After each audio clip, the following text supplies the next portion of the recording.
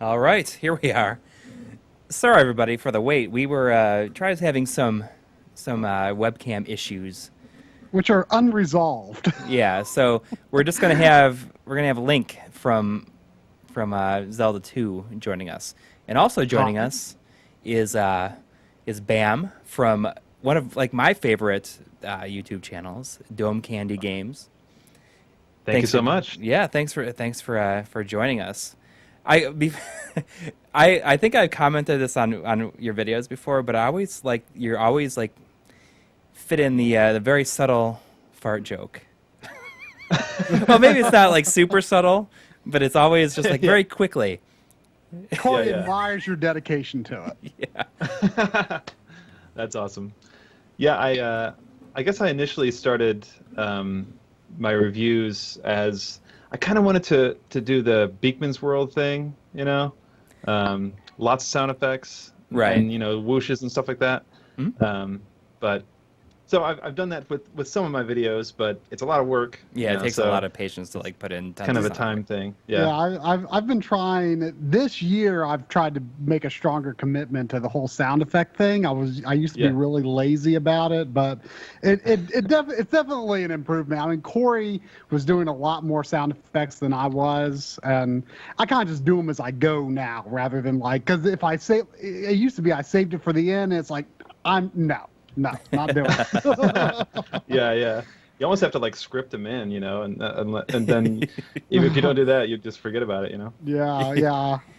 I feel like I saw some of your videos a while back, and I was like, hey, this guy's a big N64 guy, Yeah. and so I remember seeing some of your videos, and then when I was getting ready to do the win back episode, I was like, oh, awesome! Like, I bet no one's done a video on this game, and Yeah. I searched it, I found your video. I'm like, dang it! Yeah, But yeah. I'm still gonna do it anyway.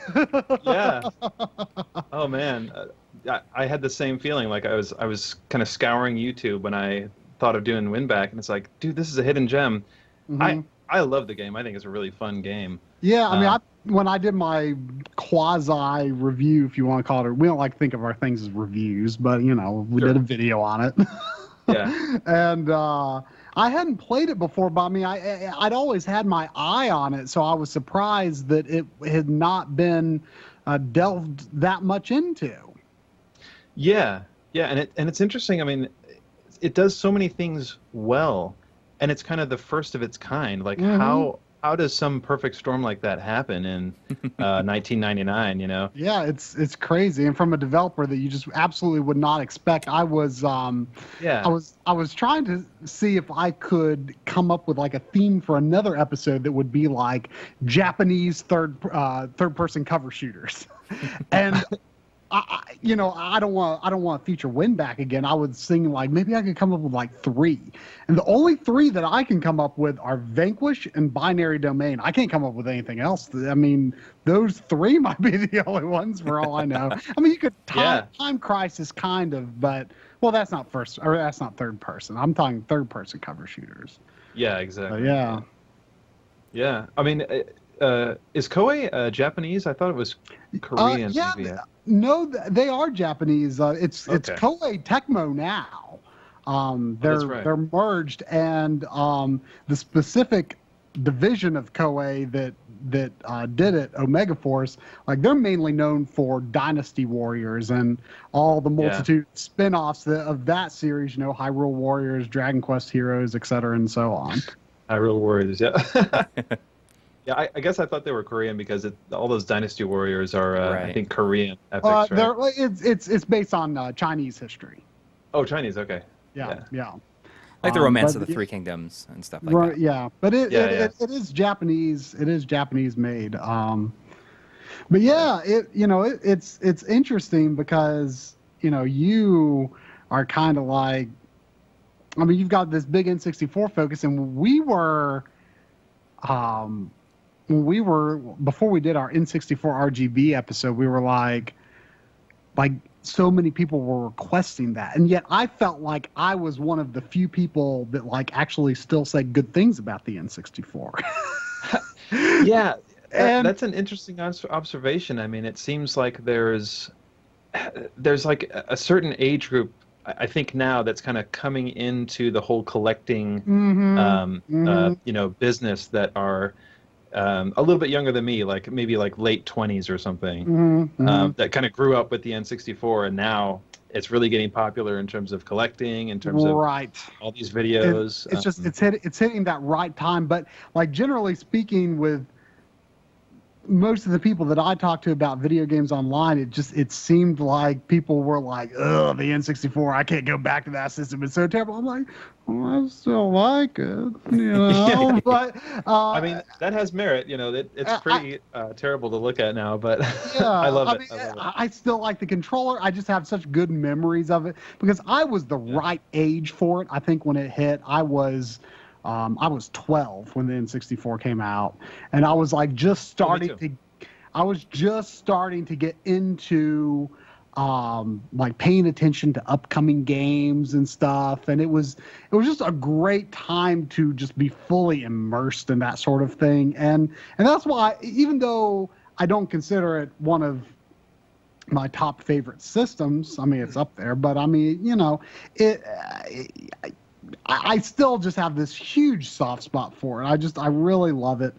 And so it was interesting because, I was like, the reaction to this N64 episode is going to be very interesting because there's N64 fans out there, but they aren't on the general internet. You don't see them, but this video is going to bring them out of the woodwork. And for whatever reason, N64 stuff on our channel just blows up. Well, yeah, I mean, go ahead. We just there's a lot of there's a lot of fans of the series or of the console that just kind of seem like they come out of nowhere. Yeah.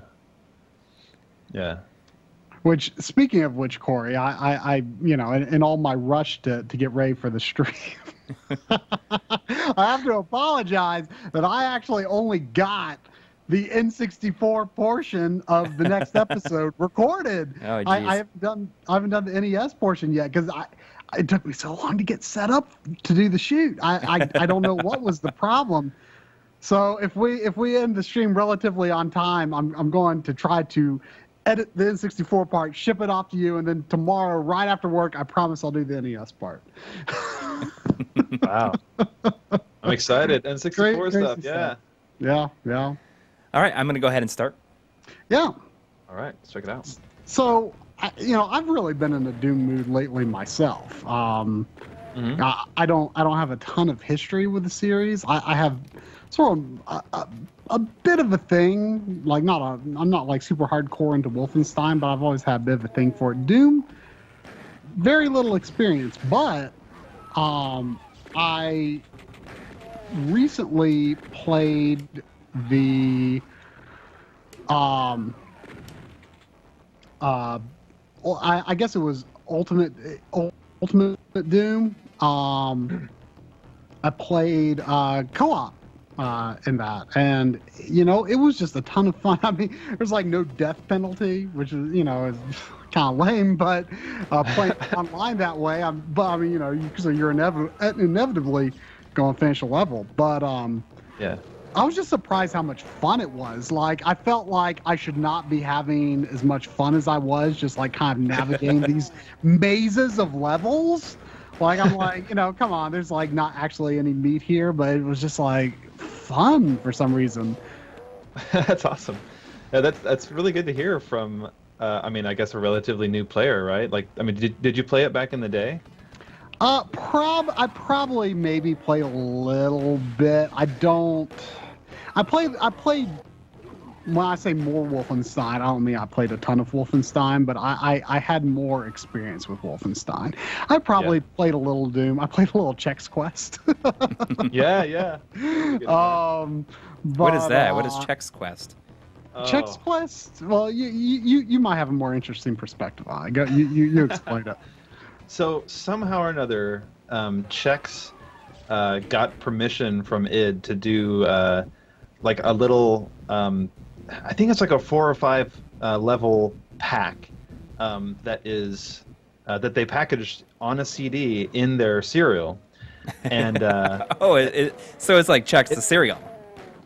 yeah, checks the cereal. And Okay. it's so funny because it's like it's designed to be sort of kid friendly and like non-violent. So you're like a space. You are a Chex. Like you are like the block of Chex, you know. And You have like arms and legs. yeah, but you got arms and legs, and you can use these weapons.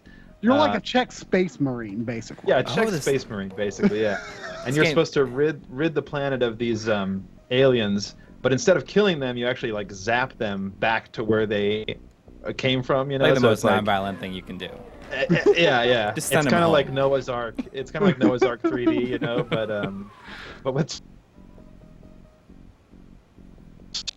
Uh-oh. and I remember getting I didn't even like the cereal back in the day, but whenever that came out, I guess it was '96 or something like that.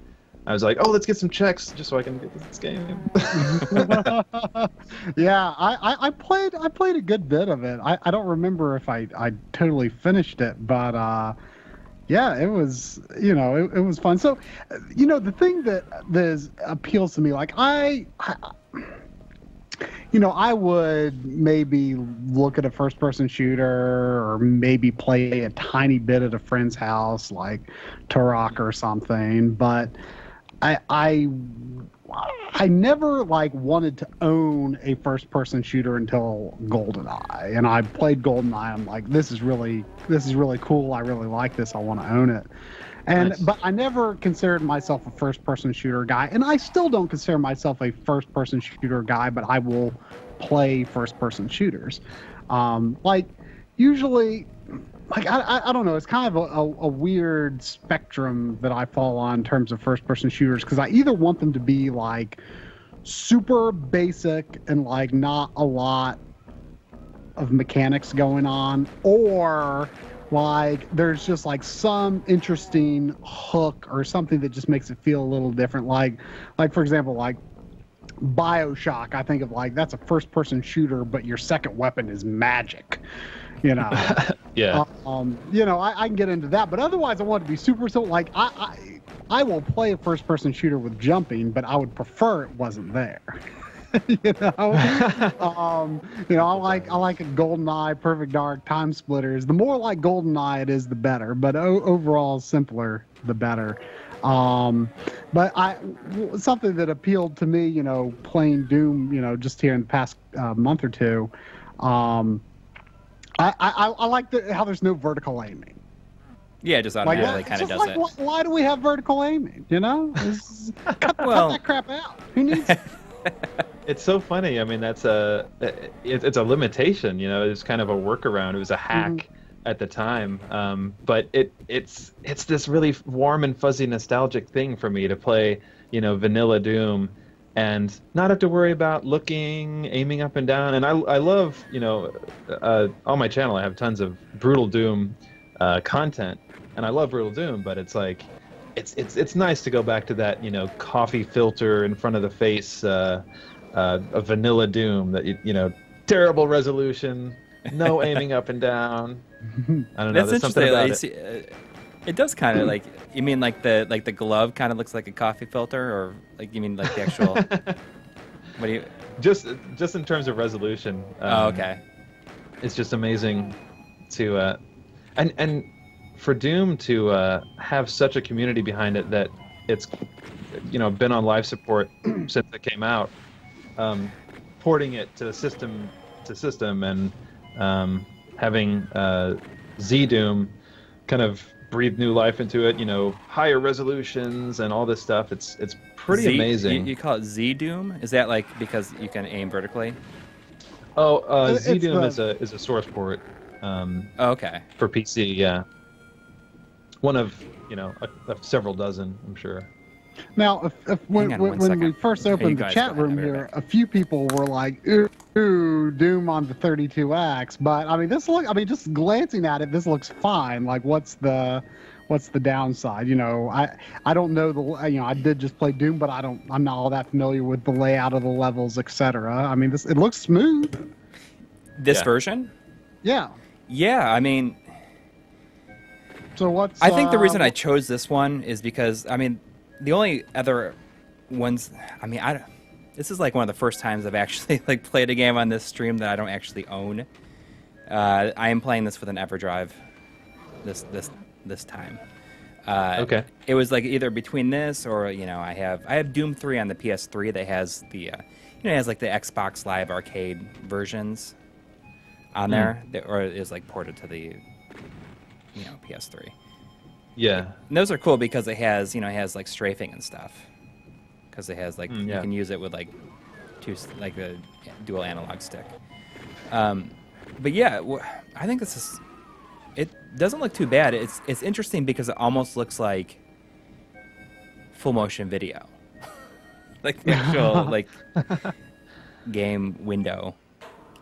I'm thinking about it.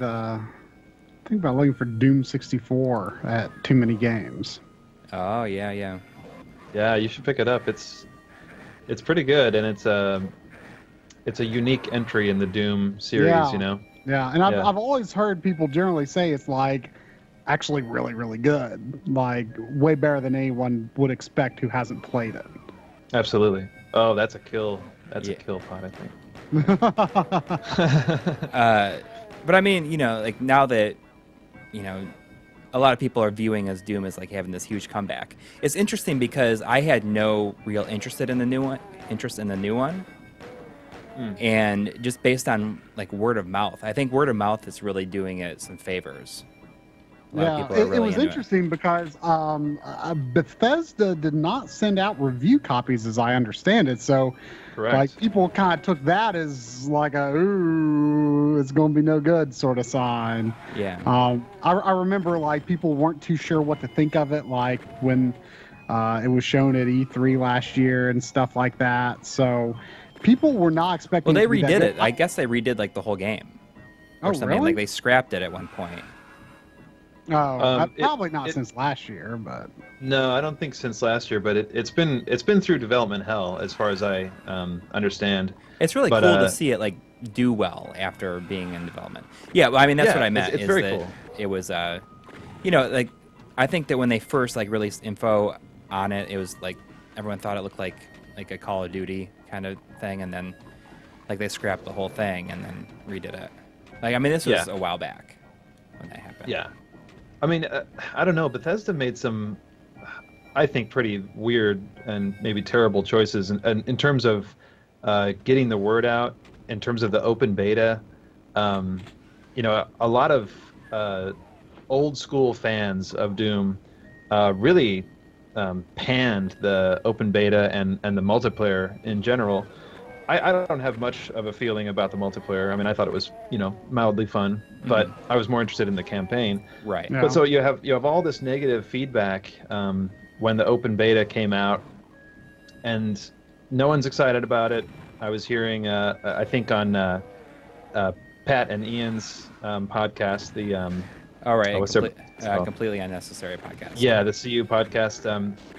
Ian was saying no one was interested in pre-ordering Doom, in his shop, and so it seemed like they set it up for failure, and then it comes out, and then they don't have review copies sent out, and then it comes out and finally gets reviewed, and everyone just absolutely loves the campaign. And, the multiplayer is about what everyone expected, based on the beta. So that's crazy.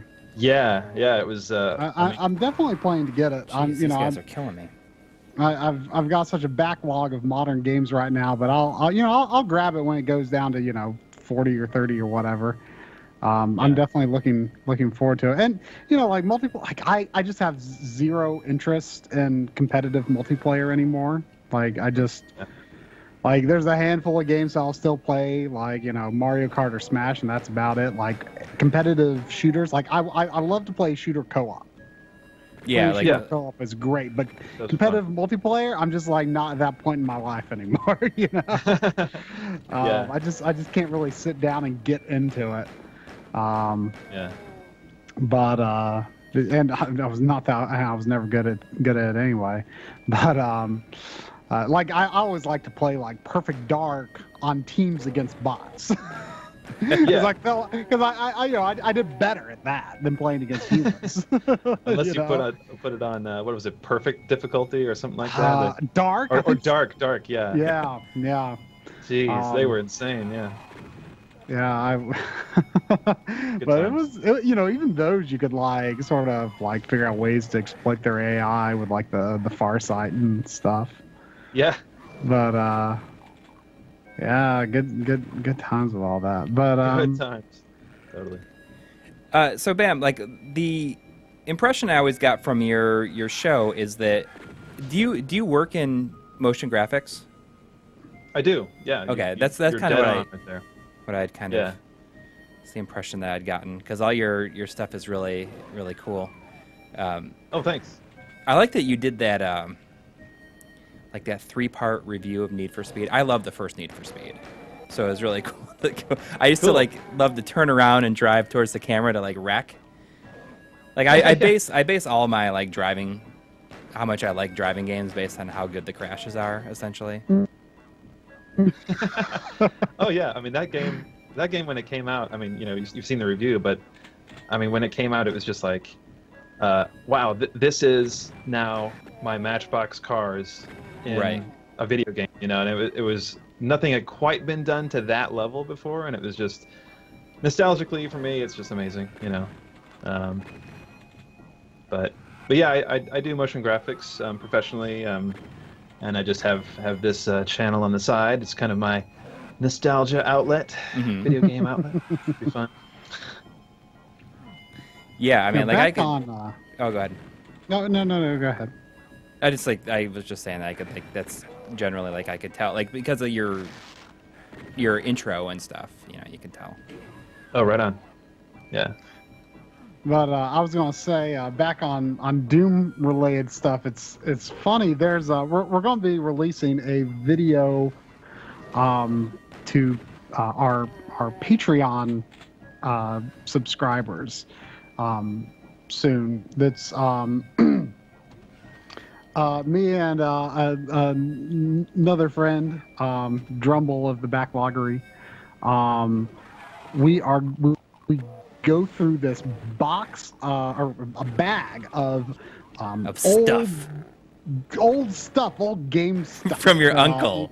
From my uncle.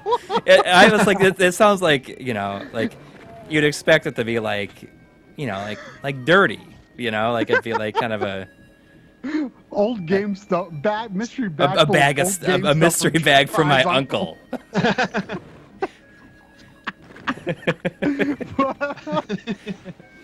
But anyway, so it's like a game sack. Yeah. But it's mostly old PC game stuff and some like Nintendo like books. But anyway, we'll be releasing that sometime, I don't know, next week or so for our Patreon patrons. And there's a lot of Doom stuff in there, right? Well, there is some Doom stuff in there, but the thing I wanted to point out is just, I think, an interesting conversation piece. I wish my webcam was working because I'd love to point to this, even though you probably couldn't read it that well anyway. But it says in big letters on the thing $9.99, so it was a relatively inexpensive Doom player's guide. Not super thick, okay, but it's got a lot of like articles and stuff, sort of just little facts and things. Like there's a little article about IBM banning Doom because like people were bringing their servers down at lunchtime. Yeah. But what was the funny part was there's this section toward the back that says like worldwide players looking for Doom multiplayer. We're like, oh my gosh, what is this? And it's like literally like people submitted to have like their IP address and email address published in this book for like everybody. Like it's crazy. I mean, we get lobby servers nowadays, but like you get your name published in a book to hope that you might find someone to play Doom with. That is pretty fascinating. I mean, I guess that's the days of modems where you know, hey, I want to play cooperatively, so call me up on my modem. Yeah, like, it's who's out there, you know? how like are these people just like sitting on their computer like hoping someone might connect to them on Doom, you know? Yeah, right. So, Yeah. it's crazy. I want to make like a documentary about these people now, like you know the people who wanted to play Doom in '94 or whenever. Yeah. It's nuts. I mean, people, you know, we're so spoiled now. It's just like, you know, hop on the Xbox and get in the lobby and you're playing within a few minutes. But like, the Dark Ages were the Dark Ages. Like it was hard. I mean, I never played Doom multiplayer back in the day just because of that fact. You know, I didn't know enough people that had it on PC. Was multiplayer part of the original Doom release? It was. They had deathmatch and co-op, I believe, but it was only through modem connections. Yeah, you had to, you can only do it like 2 people because you had to connect directly to them. I'm like, yeah. I think later on there was some piece of technology that a fan, I may be getting this wrong, but I think a fan made a program basically that kind of helped people connect, but it was still all modem based. I mean, it wasn't anything like internet. Yeah, I didn't realize that multiplayer was part of the original Doom until pretty recently, and I had always been under the impression that GoldenEye invented the deathmatch, but no. Maybe it was just the console deathmatch. I'm not sure if there was a console deathmatch before then. No, yeah. So, someone in the chat got it right.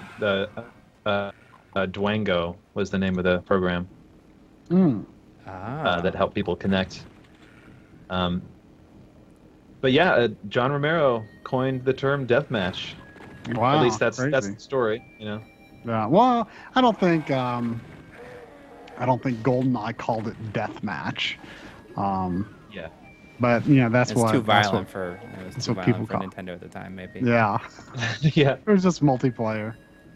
And you know, it's Yeah. crazy how GoldenEye's multiplayer was like I think it was like mostly like programmed by one guy in secret, like a month or 2 before release. Wait, GoldenEye's deathmatch? Yeah. Yeah, the entire multiplayer in GoldenEye. Like you didn't can't even think tell. of the name. Was it David Doak? No. Steve Ellis, I think, is the guy. Oh, okay. You know, I mean, and GoldenEye, the team was like, I want to say 8 or 9 people. Yeah, and they didn't tell the maybe. Rare bosses about it because like they would have said no. Yeah, They just exactly. did it. Yeah. And then once they saw they had it, they're like, wait, this is way better than we ever thought it would be. We got to put this in there. Well, I mean, I guess it just worked pretty quickly and easily. Like it's crazy, and it became probably the game's main selling point. Yeah. Yeah. It was just such a last-minute thing. Like, GoldenEye is just like such. I mean, it's a game that never had any right to be as good or successful as it was. Yeah. But I remember when that was like coming out. It was like, I can't believe that because GoldenEye was like the movie was old at that point. It was a couple of years old. Yeah, and Nintendo like didn't even want it anymore. Like they didn't want it anymore. But then I guess they turned it into like a pretty good game. It was going to be on rails at one point. Yeah, it's going to be like a Virtual Cop Time Crisis type thing at first. Mm-hmm. In fact, they started developing that. for the SNES. Yeah. But yeah, like a really long development period, especially in those days. And suddenly the movie is 2 years old by the time it comes out. By the time the game comes out, pretty crazy. But and it really, I kind of feel like it lacks the polish that Rare's other games have, but it's got such a strong foundation. That just works. It's funny. I just recently I played it the other day for the first time in several months, I'd say, and I just recently got a CRT in the first time in like 10 years, for the CRT. And Nice. I'm just like, oh my gosh, it's so responsive. But yeah, I hooked up GoldenEye, and I was just kind of just like chuckling to myself about all the little things that are so wrong with the game. I mean, there's just all these I can't little beat the things third that level. are just a little sloppy, But See, when I just played this, I was playing multiplayer, and we just like infinitely respawn. So it was it was too easy, but it was still just fun, like exploring the levels.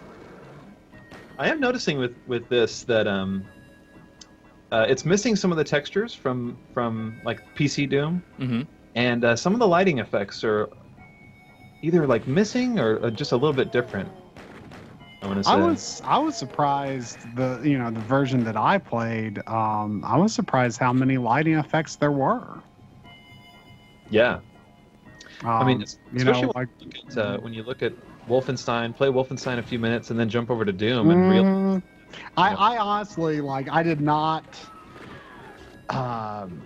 expect Doom to be as big of a jump up from Wolfenstein as it is.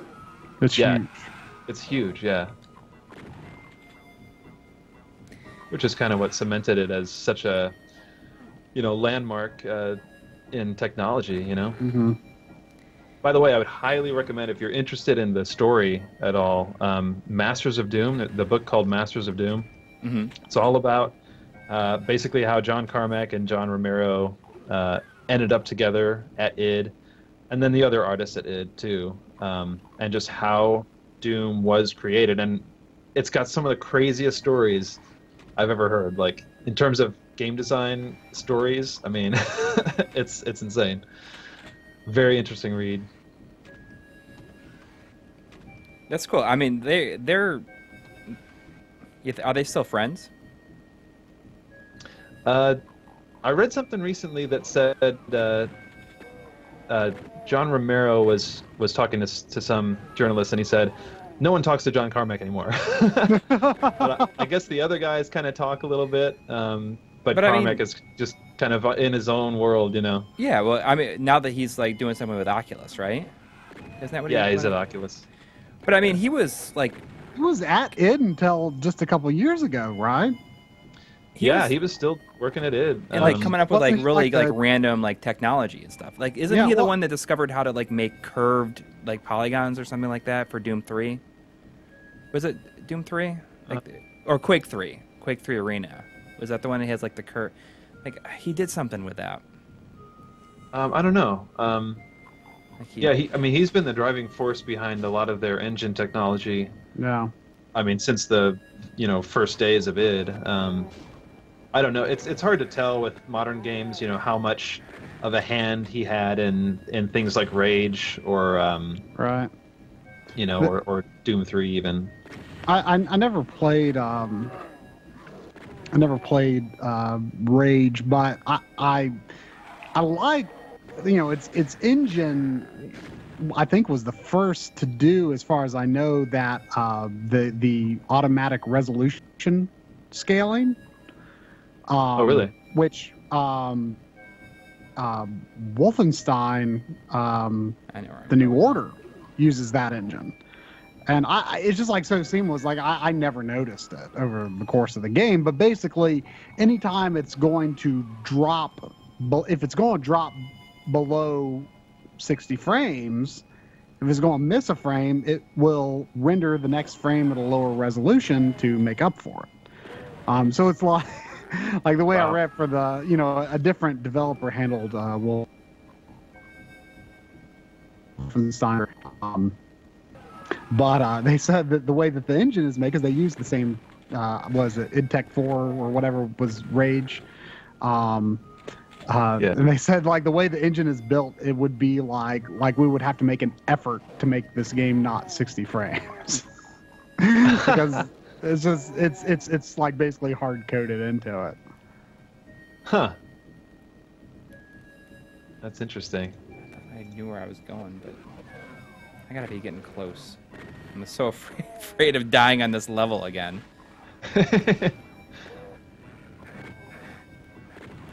It's the shotgun guys that get me.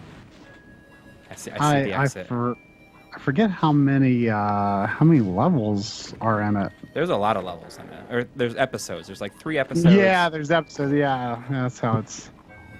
Yeah, 3 episodes. I think each episode is 8 levels and then a secret level. So something like that. Yeah, so like 27 maps total. Me and my friend that I was co-oping Doom with, we started to do Thy Flesh Consumed, and it was kind of crazy. Like, even though we, because of the way it was respawning, even though we essentially had unlimited lives, we were just like, I don't know. And I heard that it was like made by a totally different team, and they didn't pay a lot of regard to the lore, if you want to call it that. And apparently there's like no rhyme or reason about like why you're fighting the demons and where you are, and there's just not a lot of thought was put into the where and why. In this? Right. No, in the 4th episode that was released, okay. I think it was released for Ultimate Doom, if I'm not mistaken. You're correct. Yeah, the exclusively for Ultimate Doom. Yeah. Yeah, and supposedly in the end you learn that Doom Guy had a pet rabbit, and it was all because the demons, invaded Earth, and you see at the end of Doom 1, you see this rabbit, and then you see, because the demons invaded Earth, you see that the rabbit is impaled on a stake, like it's just head. And apparently the 4th episode released for Ultimate Doom reveals that the rabbit was Doom Guy's pet, and so that's why he's blowing up demons again. So I never thought Doom Guy is the pet rabbit sort, but yeah. Oh, so am I screwed here? Do I not get to get out of here? How do I get? Oh, there we go. There's that. See, to be honest, I haven't I played the shareware of this a lot when I was very young, obviously. Yeah. And I've never really owned it other than that. I played on my neighbor's Packard Bell, or maybe it's Packard Bell. I'm pretty sure it was, yeah. And I've never really been a PC gamer at all. And even back then, it was you kind of touch on this in your Need for Speed, where you talk about how much work you had to go through to get Need for Speed sound working. Yeah, just tiny little problems. And I feel like it was easier, maybe a little easier way back in the day, because say pre-1998, there wasn't even any, there weren't graphics cards. You would just have your standard office computer, and that would be your gaming machine.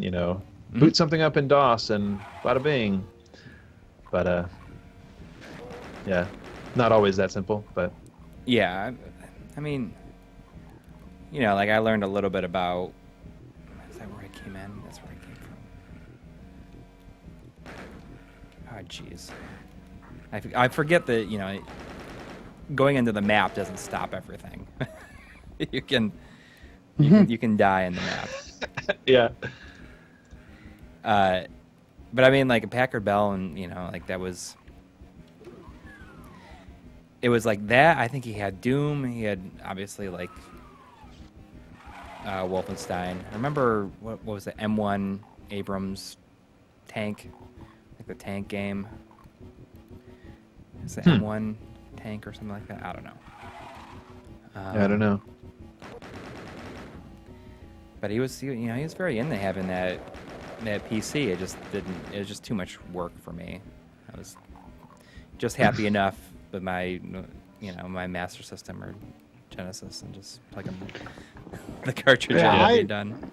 I'm still that, I guess. My family didn't even have a PC until It was early '97. 97. Yeah. Okay. I think I had my own PC. So you probably had Windows 95 or 98. Yeah, it was Starting it was Windows 95 starting with, and I played around with a computer at my aunt and uncle's house now and then. That's how I got a little experience playing Wolfenstein and Myst. And then when we got our computer, it came with this crappy game called Magic Carpet. I could never figure it out. And it was a compact Presario, and it was so crappy. I got Myst, and I was able to play Myst on it decently enough as far as I remember. But I later got the PC version of Final Fantasy VII, because I didn't have a PlayStation yet, and it was completely unplayable. The FMVs played upside down, and the gameplay, even over the pre-rendered backgrounds, was just chugging along at just a completely unplayable speed. So you can finally experience that on the PS4 now. Yeah. Well, I mean, I borrowed a PS1 from a friend and played through it, and then I finally got my own PS1, I think in '99. But yeah, that we were late getting onto the whole computer thing. Yeah. Well, my dad had a Commodore VIC-20. I messed around on it minimally, but I mean, it was the sort of thing that I think a coworker talked him into you need this thing, and he never really used it. Spent all this money on it. Yeah, I have no idea how much a Commodore VIC-20 cost, but you yeah, have it now, don't you? That was the thing. We sold it, and I bought another one in the box. Yeah, I was gonna say. I remember you showing me the. For $20. I love the box. It's super late 70s, early 80s, whenever it's from. Yeah, well, that was the thing. I mean, early 90s. Well, I mean, probably until the late 90s, computers were just really, really expensive. I remember our first sort of computer that my family got was a HP. Oh, actually, it's back there. I don't know if we can see it, but back there on the step with the Nerf gun on top of it. On the top? Yeah, but yeah, I mean, I think it was $3,000. It's a Pentium, 90 megahertz, 8 megs of RAM. I mean, it's amazing to think that today I can get a really solid gaming PC for under $1,000 probably. And that was just your standard sort of multimedia computer. Windows 3.1. Someone in the chat said, "Wow, anybody actually start with Windows 3.1?" Yes, I did. I did too. I mean, I got a Packard Bell from when I think maybe it was. I didn't own the computer. It might have been my father's. Yeah, I eventually got to use a laptop that my dad's work didn't need anymore, probably just a few years later, and so that was the first time I had my computer.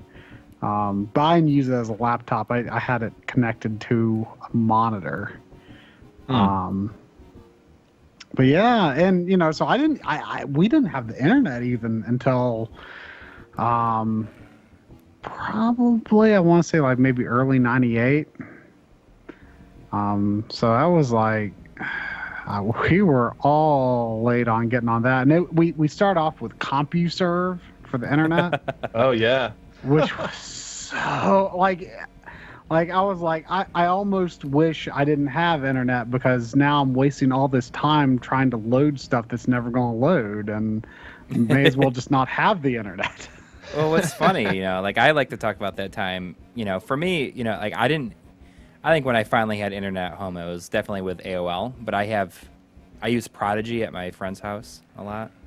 I remember going on Prodigy and looking at the BBS on there and reading about ways to resurrect General Leo in Final Fantasy 3. Yeah, I mean, I remember, we switched to AOL after. How do I bring this thing up? How do I bring up the? I see the exit, but I don't know how to get to it. I think you have to raise the floor. Yeah, I have to raise the floor, but I don't know where to go. Gotta find a switch somewhere. Is there a way for me to see like a more up-to-date stream of the gameplay, or is it? I wish that there was a way. I wonder if there's a way I could ever figure out how to do it to send it through. If I really wanted like through to, Skype or something. I could probably do it if I wanted to. I would have to stream in a lower resolution, but if I did my gameplay at 720p, I could probably send it to. I have 2 capture cards in my system, and I could probably send one through Skype to the people that are on the chat or on the call, and send the other one to OBS for the stream. I bet I could. I mean, I can't do it right now, but I think that I could maybe do it sometime. That might be something to think about. Yeah, I keep wanting to comment on the gameplay, and I'm like, oh wait, that's like 30 seconds late, Yeah. I think I just saw where I'm supposed to go, but then I immediately fell down. Yeah, someone said yellow key door. Yeah, I found it. I see. I know where it is now, but let's see if I can do it. It's kind of hidden off to the side a little bit. Well, speaking of Prodigy, I remember when my aunt showed me and my mom Prodigy on their computer. I had no idea what the internet was, and I thought that it was like an encyclopedia installed of information installed on their computer. I didn't understand that it was going out there and getting something. Yeah. Right. This is one of my favorite maps in the original Doom. Oh yeah, is this what do you like about it? It just. I don't know. That's a good question. It's just it's really well laid out, and it's got fun secrets. Wow, it looks really different though to me. Wow. Yeah, the textures are different. Oh, okay. What are the pink guys called? The only one I remember is the Caco demons, which are the. Are those the flying things? Yeah, the pink things are guys. just called pinkies. Yeah, they're just called pinky demons. Yep. I understand that people just. I think they might have just originally. I want to say maybe they're just called demons, but I heard that the new Doom makes pinky canon. Is what I heard. The name is canon? Yeah, they're just pinkies. Oh. I Yeah, think I that's. I think I heard something like that. How was it? I'm surprised it wasn't already. The cat. Well, maybe it was. I don't know. What I heard could have not been entirely accurate. But I want to say actually, at the end of Doom 2, when you beat Doom 2, there's the screen where you get to see all the death animations of all the characters, and I'm pretty sure that the pink demon is called just a demon in Doom 2. So, but that's interesting that now the new one makes Pinky Demon canon. Yeah. But yeah, Caco Demon's the one that everyone knows. Yeah. Oh, I see some people in the chat talking about the how Digital Foundry is starting to do retro stuff. Oh, really? Yeah, they just did a really good one on the Saturn version of Quake about how Interesting. It was kind of a miracle of programming. Really well done. Yeah, I would actually love to collaborate with those guys. Oh man, believe me, somehow. It's very similar to what we do, and I would love to do something with them. But they're super smart on on how the actual graphics technology runs, how the game engines draw their graphics and what the the hardware strain on various effects are and stuff like that. Right. Like that is so outside our realm. Like we're talking about video signals. They're talking about how graphics I are bet you there's a way generated. we could collaborate with them. Yeah. If Like, what anybody I would- is like in the chat or he ever hears this, it's something we would love to do something like that. That'd be so cool. Well, like something that I've thought about, like I think it would be interesting to do like a whole episode on anti-aliasing, Right. like just Yeah. like what that is about and like the history of it, and because a lot of people like who might not understand anti-aliasing all that much, like we've gotten some comments that are like, does the GameCube have anti-aliasing like the N64? Like as if, oh, that's a bad thing, you know? Oh, right. It's like blast processing. It's just like a word to them, like, oh, bad now, you know? Yeah, and it's like no. Like anti-aliasing is a good thing, and some Yeah. people think that like we don't like anti-aliasing because, like, you know, we've talked about these. And first of all, that whole N64 hack episode, it was like just saying like, here is a thing that people are interested in. We didn't necessarily say we thought it was an improvement, or that it was universally an improvement for every game. Like, Right. Jeez, this is intense. Sorry. so it's been interesting seeing the range of opinions, but I think also a lot of misunderstanding of our intent with it. Sure.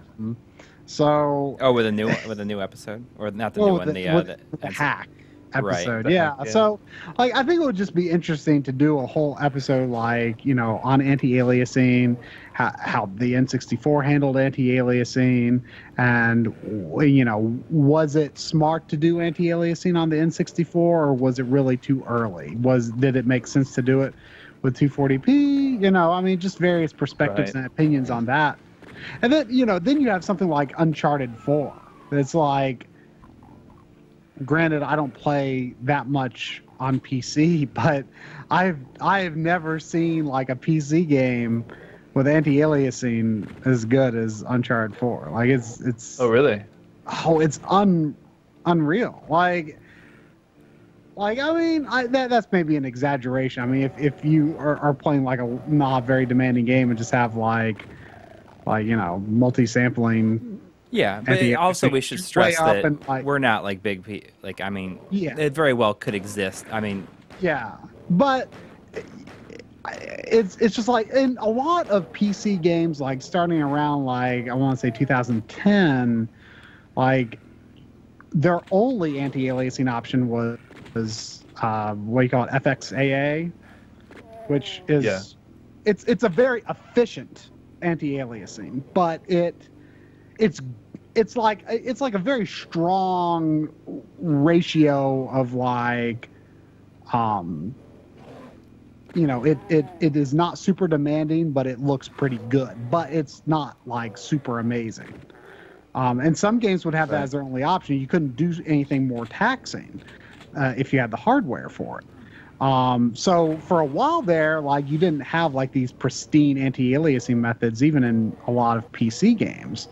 And Uncharted 4, like whatever they are doing in that, like it's like 99.9% aliasing free. Like it looks so freaking surreal. Like I've never seen anything look that clean. Wow, that's so cool. Yeah, I mean, it's so funny. Like when I kind of started doing animation, I had some training in like 3D programs and stuff, and it was interesting to me working in a 3D program like Maya or something like that, and the amount of processing it took to actually, you know, put anti-aliasing on. I mean, you'd have to essentially render the same scene multiple times from and the camera basically, I think, shifts slightly and to blend the edges, and it's just like, how are they ever going to do this in real time at 60 frames per second in video games, you know? And now it's so commonplace with different hacks, of course. Right. it's not necessarily using the same type of rendering, but Right. it's Like, crazy. I love reading about that stuff and, Yeah. and seeing new developments. Like when I first saw like depth of field in a video Yeah. game in real time, it was just, whoa, I cannot believe this is happening. You know? Right. I still like, I'm a big sucker for depth of field, like just Oh yeah. the way that we like use it in our in our cameras too, like in our show, Yeah. our show Motion just blur. in general. Huge fan of motion. I think it's jeez. because I'm a video guy, but like this wouldn't be the case for 2D games, but I would be burned at the stake for saying that that for 3D Yeah, games, if you gave me a choice of a hard locked 30 frames per second with motion blur or a hard locked 60 frames per second with no motion blur, I would choose 30 frames with motion blur almost any time. Like I'm sorry. Like I really like how motion blur looks. Like again, Uncharted 4 is a great example. It's an almost flawless 30 frames per second, has some surreal anti-aliasing, and has really excellent motion blur. And I look at that and I think, I don't see how 60 frames would improve the look of this. Now, Right. Now, there's also the whole argument, and I read Digital Foundry a lot, and I see this quote by them. I do not understand this that well, but there's also the whole thing about 60 frames is more responsive. I literally do not get that. Like I don't know. I can't, when I'm playing a 60 frames game, I'm thinking this looks really nice, but I'm not thinking this feels like smoother than other games. Like, Okay. I mean, it's different for 2D. I don't know. I just don't really feel that. I know that's like completely blasphemous to a Yeah. large. There's already people in the number chat of saying people. like, I can't believe he's saying that. Yeah. I can understand it coming from a video person, though, for sure. I mean, Right, because like the 30 frames look is like with the blur is pleasing to me. Like I remember when I was first getting into Adobe After Effects, and you've got that little checkbox for the motion blur, and I was like, oh my gosh! Like to me, it was like a complete. It was like the difference between something looking like real and sort of professional and not. Yeah. Right. Like, Well, I'm a Well, big let fan me of. ask you this.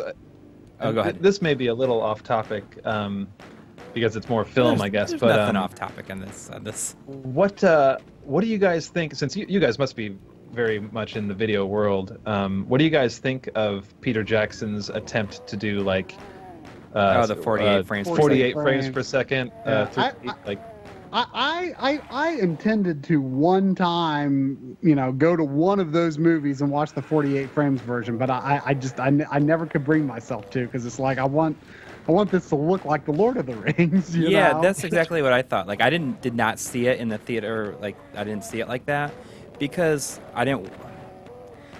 It looks based on making my TV like 120 hertz and making it like doubling the frame rate like that. It makes it look. Yeah, it looks like it's like a. Yeah. Even though it looks incredibly clear, like it makes your TV seem like it's almost like a window, and these people are on the other side of it, like with a Blu-ray at least. I mean, that's what I thought. Yeah, But what I heard people, the general impression that I heard people say is that it made the world look faker. It looked, you felt like you were looking at people wearing costumes, not, Right. characters Yes. in a movie. It's like you're watching it on set being made. Yeah, yeah. It felt faker because you could see. Your time resolution was doubled essentially. Yeah. It's so strange. I mean, I really I'm so interested in that problem because there's all these filmmakers saying like, oh yeah, this is going to be the future, but like for the general public, like even my girlfriend who is not particularly, she's not in this video realm. She's not thinking about these numbers and stuff. But when she watched it, she was like, "This looks like garbage. It looks like a soap opera." Yeah. It's like, well, technically this is very impressive. I'm like explaining all this stuff, but it's like, yeah, it does look like garbage. It does look like a soap opera. I don't know what to tell you. And it's so weird because, I mean, there's, the other argument, the logical argument that it is objectively better. And the only reason we don't like it is because we're not used to it. And I would agree that is the logical argument, but it also doesn't change the fact that it just feels wrong to us. And there's a reason we do it the way we do it. It's does it feel wrong because we have this 100-year legacy of 24 frames per second, or does it feel wrong because there is some intuitive thing it's tapping into? I don't know. 24 frames was chosen for economic reasons. I mean, it was not. It was from my understanding, it was the slowest frame rate that they determined was, acceptably perceived as continuous motion. So they went with it because it was cheapest. Right. Yeah. Fewer frames, the cheaper to make the film. So, I don't know. And then why, video ended up being this different thing. And I actually, I think it was last year, or maybe 2 years ago, I went to the Seattle Science Fiction Film Festival, and there was a showing of a little experimental short film, like a 10-minute kind of deal. The director said he appreciated what Peter Jackson was doing with the 48 frames per second, but he said he's not going hard enough, like he's not taking it far enough. And he said higher and higher frame rates are even better. So he actually did this short film at 300 frames per second and projected it at 300 frames per secent. What kind of technology even makes that possible? I know, right? It's insane. And it was 3D. Oh my gosh. Yeah, and so I went and saw it because I'm just like so curious. Like, okay, is this gonna be better? Like maybe he's right. Like maybe 48 frames per second isn't enough. Make it higher, and then it'll feel real. Yeah. But it had the same exact effect on me. It was strange. It was like there's this law of diminishing returns or something above 30 frames per second or something. It was very strange. Yeah. So now, in your motion graphics work, what is the frame rate you are typically working with, or is it very wildly? Typically, I'm right at 30 frames per second because I do, at least these days, I'm doing more just straight up web content. I did used to work for a post-production house, and there it varied depending on what the commercial was shot at, and then it would get converted into 29. Yeah. But yeah, it just kind of varied.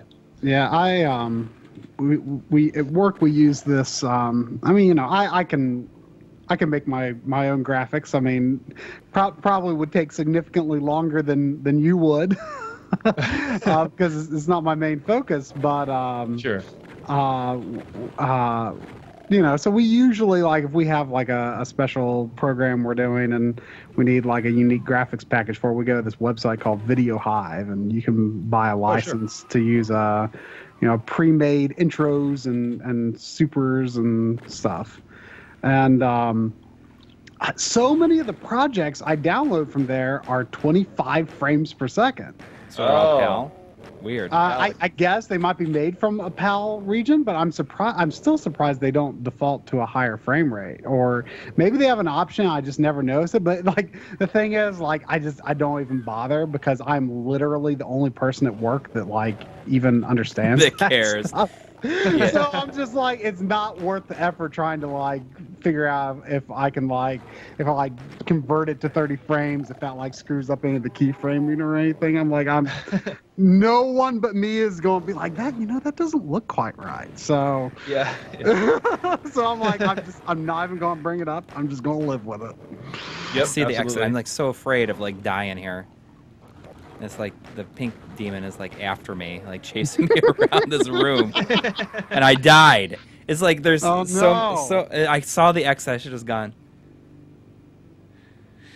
Stick to the right. It dumps in the exit door. It's too late now, as you obviously know by the time that you're hearing me say this. But yeah, we normally started whenever YouTube opened up 60 frames. We started like our gameplay is at 60 frames because we do not like how episode. the live action stuff looks. Live action we record in 30 frames. I used to be 24 frames because my old camera only did 1080p at that, right? It only did 30 frames and 24 frames, and at 1080p, it capped out at 24. Yeah. Oh, okay.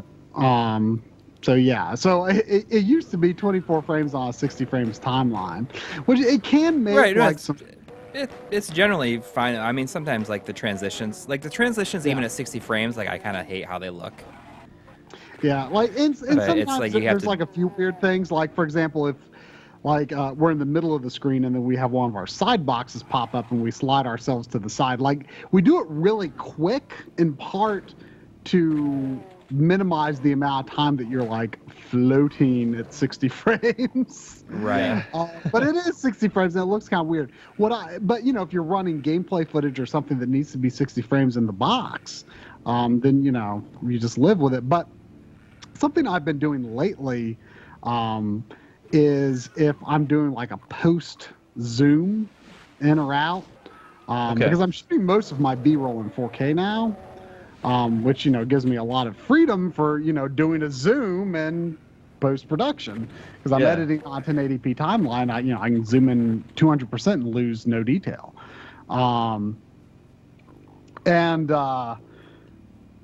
What I've been doing lately is when I do those movements, after I do my keyframing, I then make a nest and then change the sequence settings to be 30 frames. So it's a 30 frame sequence on a 60 frames timeline. And so that way that anything that has like a zoom or a pan that I added in post, it still looks like it was done. The whole thing was done at 30 frames.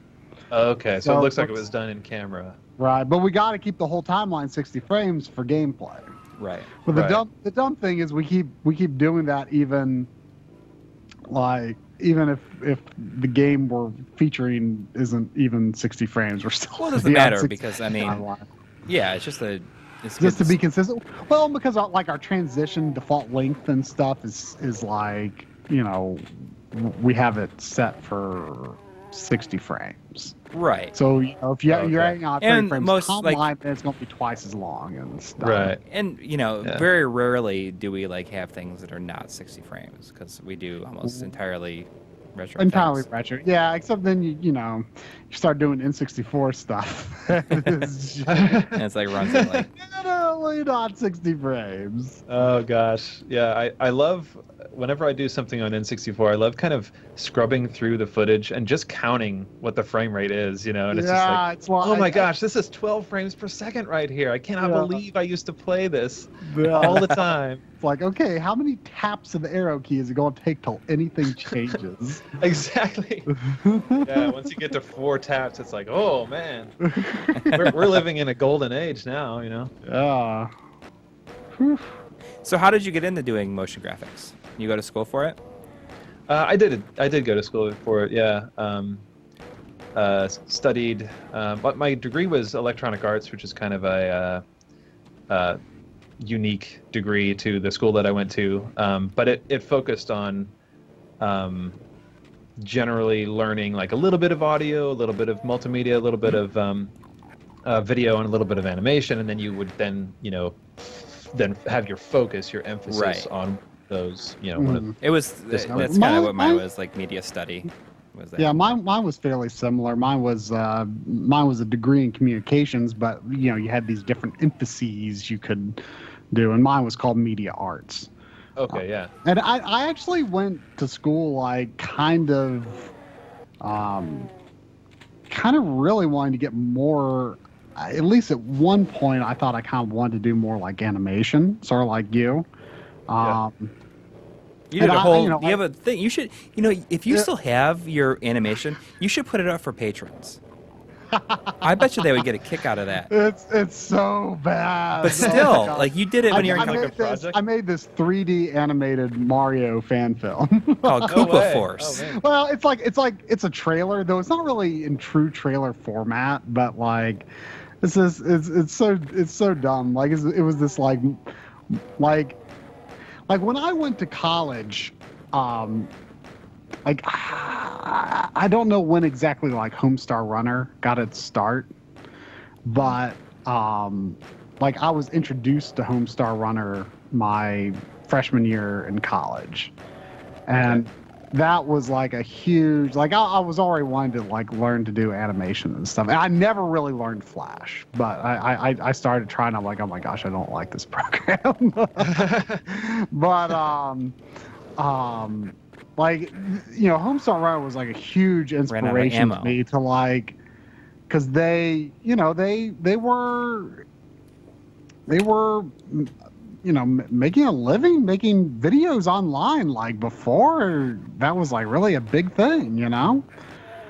And we are certainly not by any means at that point yet, but like trying to pursue the sort of thing that we're doing right now like has been my dream since freshman year in college. And I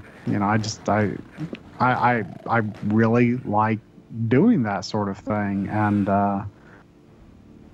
Cool. I never I never really pursued it until Coury was like, hey, we should make a YouTube channel. I'm like, yeah let's do that. Awesome. So yeah, what was the I guess what was the deciding factor to start a YouTube channel for you guys?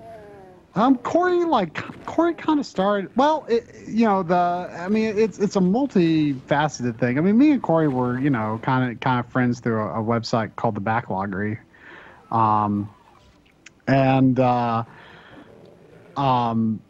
we knew we were both video editors, so I think that's kind of why we hit it off.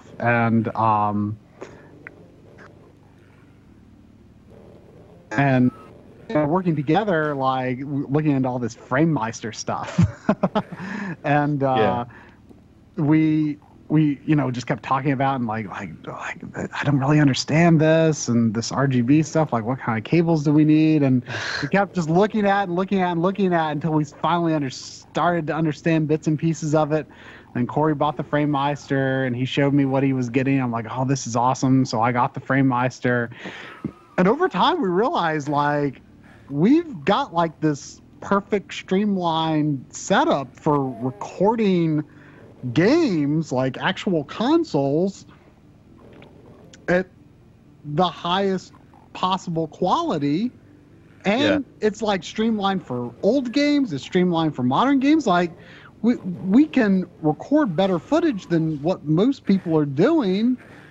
We should do a YouTube channel. And Coury like had also started like kind of meeting up with people. Like he lived in New York City at the time, and like kind of went to some like game journalist parties and stuff. Well, it wasn't that. It was, like I was at the time, I was working at a post house, and I was just not doing anything I was excited about.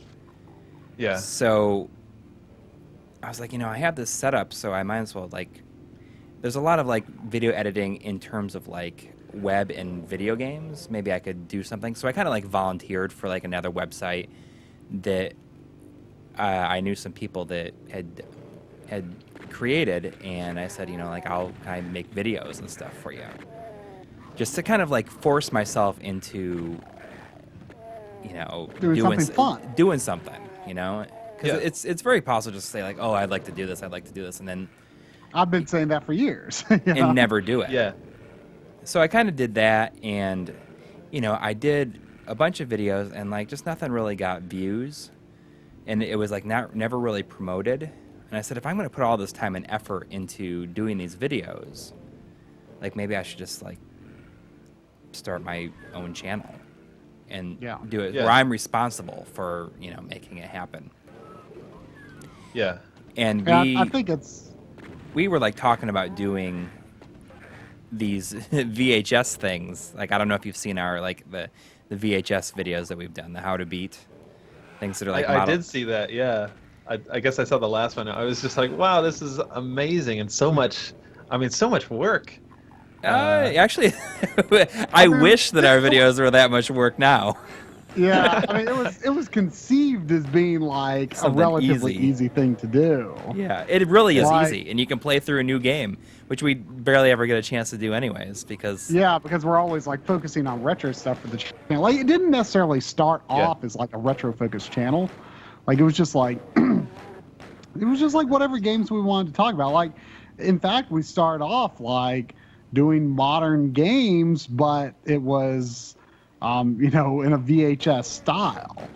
And it's so funny too, because like we're like, wow, we can like capture all these games at high quality, and then the first videos we make are like running. We edit them and then run them through a I VCR. just killed myself. Okay, I thought you were maybe doing some kind of an effect or several No, layers it's of effects, legit but VHS. Well, Red Giant has That's a even really better. good filter for it, like in the Red Giant universe, like a really good effect for it now. But Yeah. And we've cheated like a few times and done that, like not for that series, but like if we wanted VHS, because we did the series before the Red Giant even released that, anyways. Yeah, like it's so funny because people were like, "What filter are you using?" It's like, VCRs didn't like just stop existing at some Yeah, point. you never sub $5 at Goodwill if you want. Yeah, they exactly. exist and they function. Some of them function anyway. yeah. Uh-oh. You guys... We even in I'm fact seeing a we ton- use. What's that? Are you guys... Oh, sorry, go ahead. Oh, no, Oh, I sorry. don't know if it's just me, but I keep on getting like frozen, like the losing audio from you guys just for like a split second. It hasn't happened a lot for me, but occasionally. Yeah, just occasionally for me. Okay. But yeah, I Oh, was yeah, just going to it's- say, I mean, I was noticing several years ago, probably in like 2011 or so, all these gaming channels coming up, and oftentimes, the footage would just be really bad, or some other technical thing was just not good. And I was like, I could probably do something a little bit better than that, I know at least a little bit of the, I know the animation, I know video work and that kind of thing, editing, and I'll just, learn some of these other things. And figuring out like game capture software and hardware has been one of those kind of difficult hurdles that at least back then, 4 or 5 years ago, there weren't as many solutions and it wasn't as easy to discover on the internet. Yeah. But now it's like this huge sort of sub-industry, capture boxes and all this stuff. Yeah, because like game streaming has taken off so much. Like that's Yeah. like everyone wants to stream and everyone's like watching streams, and so yeah, like the companies that are traditionally focused on making like professional video capture solutions, like they also have their Gamer Extreme cards, so, Yeah. they've got these things that are focused on usually the primary difference is they're actually a better card because they aren't like super picky about like specifications like the Black Magic cards. Yeah, we we tried both- Black Magic before, and it like does not see 240p. And if it's like, Right. and I understand why they do it, because Black Magic is like they're a professional company, like their stuff is for broadcast, and it has to be to spec, like it has to Right. be dead on. And I But- understand that, like Yeah. that. It's not good for game capture. At least I think they do. I think Black Magic. Oh, they even work has, with like a gamer component. model now. I think it does, yeah. But the ones we were using, the Intensity Pro, which I was like, oh man, I've got this HDMI capture card and this is awesome. Yeah, you'd And think I it'd be was using it perfect. for streams, but I didn't, at the time that I first got it, I didn't even know what 240p was. Right. Like why won't it see anything that's like composite? It's not. Yeah, I was like, why can't I play my retro games through this? Right. Yeah. So I had no idea why, and then I realized like anything that is not the specification, it just will not accept. But What did I die from? I don't even know what killed me. Sorry. But yeah, it's interesting just how much that has evolved into its own, market that isn't even all that niche anymore for these video tech companies. They can tap into that market of people who want to stream, and the main thing they have to do is just throw the professional specifications out the window and add HDMI pass through, and yeah, good to go. Yeah, it's funny how people like Angry Video Game Nerd. He's still using, as far as I know, like an old DVD recorder. DVD recorder. Yeah.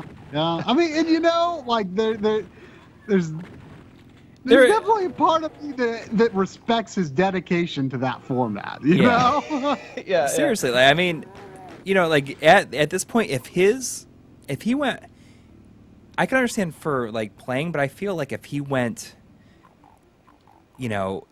if the quality of the game footage was captured like up like through a FrameMeister, like I know that he has a FrameMeister, but he uses composite with it. Oh, really? Okay. Yeah. But if he like switched over to RGB, I don't think it would feel like an AVGN episode anymore. Yeah, you've got to have those like color bars shimmering through and like disappearing frames, like when like kind of flashing he's got such a system for that, and it's like it's like his thing, because like I remember like years ago before, like I've never watched a whole lot of AVGN stuff, but I remember he did a really good episode on like how he made things. It was before we started the channel, and I remember thinking like, this is really neat. Like it's maybe not the best thing, but he said like, I remember he said something in that video that was like, like this is playing video games to him, like sitting down and playing on a couch on an old TV. Yeah. And it. He could have probably been recording something better, but he wanted to feel that real old experience, while actually playing the game. And it may not look the best, but I do admire his dedication to his method. Yeah, for sure. Works with his style. Yeah, absolutely. I mean, and it's it's stayed the same pretty much. Like his camera equipment has gotten a lot better. Yeah, I remember there was a switch between when he had like, I think he was doing 16:9 SD, and then suddenly he had this beautiful like HD camera, nice shallow depth of field, and it's like, whoa, someone got a new camera. Yeah. But that still works. Phantom Nod in the chat is saying Japan was really bad in the capture tech for a while. They used composite capture and DVD recorders and stream on Nico, which is pretty bad for a normal person. Now they're leveling up. The capture card that Coury and I started the channel with was a StarTech PEX HD cap. Yeah. And we always call it the PEX HD cap. Yeah. Right. We don't. It's not our main card anymore, but we still have it. And the thing that was so nice about it was, one, it would record 240p, and two, it would do 60 frames and be completely. It just didn't care what kind of frame rate or resolution you threw at it. It was like, whatever. This is yeah. And so it was great for game capture. But it's good because it specifically works for 240p. Like it sees it like perfect as 240p. Right. The only downside was that it would not do 1080p at anything higher than 24 frames. We eventually upgraded to the AverMedia Extreme Cap U3 or whatever it's called. Yeah. But anyway, I say that to say that I believe it was MyComSoft, the makers of the FrameMeister, who had a similar or identical card They use the exact same innards, so I don't know who It's actually just made. I mean, it's just they're the same card. They're just Yeah, like so, they have but in different other software words- with them, and just like I believe like- that they're exactly the same. Except Yeah, for, but Micom Soft, which is a Japanese company, because kind of actually been at the forefront of this sort of high quality capture type stuff for a while now. Whether their products were widespread, but I just point that out as they are a Japanese company that was making these things that I was kind of like, why is no one else making this, and why is this card so hard to import? And then that's when we found out that the StarTech card was like the exact same thing, so we both got one. Huh. And they have an updated version of it, called the X Capture 1. Yeah. There's also an internal version of that, I guess. Yeah, we would still love to do like a capture card face-off sort of video. Yeah, that's something we'd love to do in the future. That would be interesting. Yeah. Yeah. I'd love to get a FrameMeister at some point. It's just not in the budget right now. Yeah, it's expensive, but when you have it, it's like, man, before you have it, it seems so expensive, and after you have it, it's like, man. It's kind of It's true. like- I I've been mean, doing my this whole life. should cost a little more. really. Yeah, I think it was when I saw your win-back episode.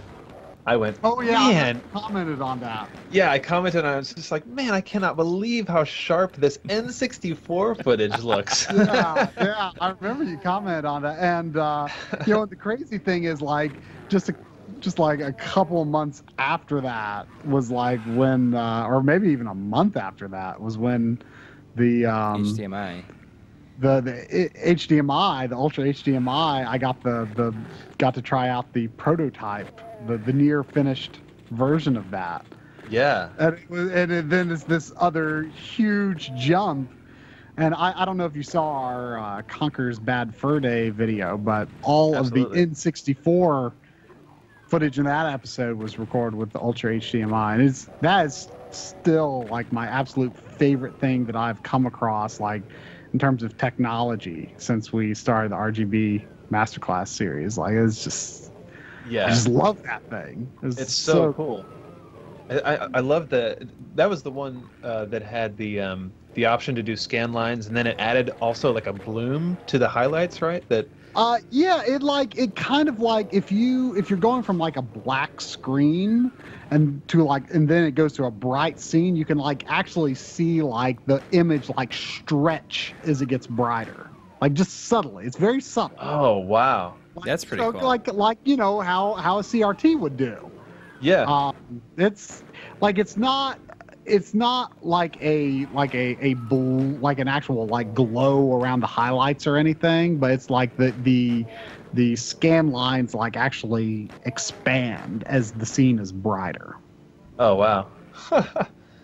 Yeah, it's crazy. Like and like it's very good at approximating sort of that high quality PVM type look, because Yeah. like the edge of a bright scan line will kind of have this sort of curved edge to it, very similar to how a PVM looks. Like it is so good. By the way, I don't know if this has happened yet, but I saw Retro Fixes, who did my he's not a lot of my RGB work. He did my Ultra HDMI. He did my RGB SNES Mini, and he just recently did my top loader NES for RGB, and fixed some issues with my Famicom. But anyway, he I saw him say on Twitter the other day that he is getting another stock of Ultra HDMI very soon. I don't know, maybe this week, maybe it already happened, I don't know, but very soon. But it will be extremely limited, he said. But if you are on the lookout for one, anyone in the chat, definitely keep an eye on retrofixes.com or his Twitter. I don't know where or how he's going to announce it, but if you have any interest in the Ultra HDMI, you might want to keep an eye out because I know stock has been very low. Yeah. So, Bam, here's something I was wondering. Do you have like any like acting experience? Because I always like felt that your like on camera bits are like really supernatural. Or Oh, not, I mean, thanks, not man. like super like you know what I mean, like they're No, like, not like like that good. you know what I mean, like you're very natural It's like godly. on camera. I just didn't know if you had like improv experience or anything like that. I played around a little bit in like high school. I was in a one act, that kind of stuff, but nothing formal really. Just kind of playing around. But yeah, no, I appreciate that. It takes a lot of takes. Yeah, right. I can't. I'm not one of these people that can off the cuff speak very well. So like I script even my silliest little one-off videos. Okay, so you're very like similar to us. Like we can't improv like at all. Yeah, no, I'm terrible. I mean, it's fine. I'm It's sure- fine I'm when you have sure other people to play off of. Talking But when to you're by us- yourself, no. Yeah, talking to us in this Skype chat must be very different from an episode. Yeah. Yeah, you bet. I mean, it's tough. I mean, this episode that we're working on for hopefully it'll be out this coming weekend. Like I cannot even believe how much time we've spent on this script for this, something that we didn't even think was going to be that hard. Yeah, it's like it just keeps getting bigger and bigger and bigger. Everything we do, it seems. Yeah. But Let's do like green screen and all that stuff. Yeah. not always like this episode's not going to be green screen. I think that Oh, we're like, based on our setups and stuff, like I think that, I mean, we got a lot of good feedback. I don't know if you saw like our making of episode that we just did, where we kind of like showed the like process and all of our equipment and stuff that we do. Yeah, you did like a room tour and like a setup tour. Right. Yeah, that was cool. There was we got like a lot of positive feedback of people just kind of like thought that we like felt more natural and stuff when we were in this episode. Okay, so someone said go on the right. I thought you especially did. I felt like I was really stressed when I was shooting my on camera for that because like it took all evening because I was doing it in all these different locations and this room is insane. And then it's like, sorry, I really want to like beat this room, and I'm like, it's the shotgun guys, and then I run out of ammo. It's just the room that like kind of gets light and dark, like this strobe lights. Yeah. So there are still lighting effects, but it looks like they're not really affecting the sprites. yeah, I think they're kind of cheated lighting effects. Yeah. Like they're probably just like swapping between like different brightness of textures or something. Yeah, Did some it. kind of I hack made like it. that. I beat. Oh my gosh.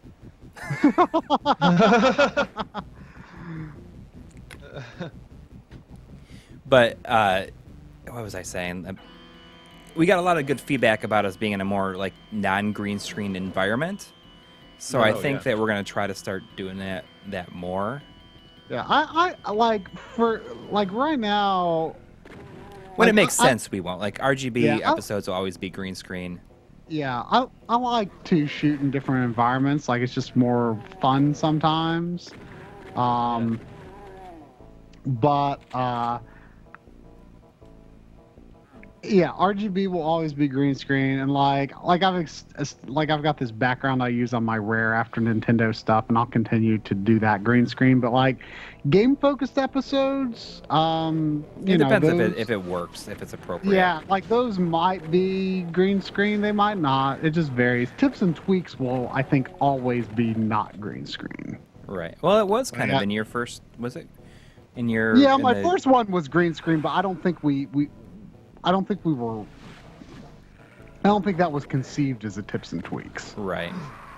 I think it was made into a tips and tweaks later. I don't even remember what I don't even remember what type of episode we called it originally. Yeah. Well, I think that, in terms of green screen, I think I'm going to go back to, like I see Adam Zay saying, like, not a huge fan of the green screen in front of a photo look.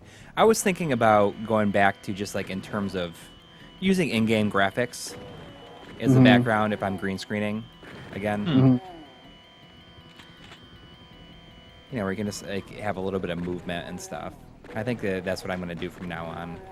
I think, it's until you, like, move yourself to put a side box in, like it's actually hard to tell that you're green screen. I think. Yeah. Me, it's a lot easier to tell, but for you, I think it's kind of hard to tell. Well, we'll see what happens in the future. But I like doing non-green screen stuff. It kind of, in a lot of ways, makes things. You do all your easier. stuff on camera, like all of your things on camera. I think, Bam, you do it like me, where you specifically write sections of your script of like, okay, this part's going to be on camera now. Yeah, that's absolutely right. Yeah. I do it like I do everything all at once. I treat everything as if it could be on camera. That gives you more freedom, really? Like coverage if you need it. Yeah, it gives me the flexibility if I need it in post, but and two, like I feel like it helps keep me in this mindset of like carrying the same energy like through all the different lines, which I mean it's hard. I don't always keep it up as well as I'd like, but and sometimes I know like there's no way this part's going to be on camera, but I still. I just shoot it all at once. That way, like the audio is like in the same session, same environment. It's not going to vary. So that's just how I do it. Yeah. So I'm wondering, like, how many levels per episode are there in this? There are 8 per episode, but then there's like a secret level for each episode, so 9 technically. Okay. Per episode. What do you have to do to get the secret levels? They are super secret. I don't even remember actually where this one was. It might have been a couple of maps ago. I saw somebody say like, "Oh, why did you take the secret exit?" And the answer for that is because I didn't know it was there. Yeah, I want to say it's maybe map 2 that has the secret exit, but yeah, they're pretty well hidden. What I think is impressive about this is that you can go into areas that you think you've cleared out, and then like an enemy will just pop out of nowhere, and it's just because it was like actually probably hiding before. Like it's not like, oh, we spawned it there just because. No, I think they do spawn because it's like I think things appear when you do certain things. Like okay, yeah. It is infamous for what I believe people call monster closets. Where you basically, you do a trigger and then something opens in the wall that just have a bunch of monsters on it. Yeah. I can see where that would come from, especially in this. Yeah, and I've dabbled a little bit in making maps, and it's interesting to look at kind of the way that they manipulate the engine to make the different monster closets. Like there's literally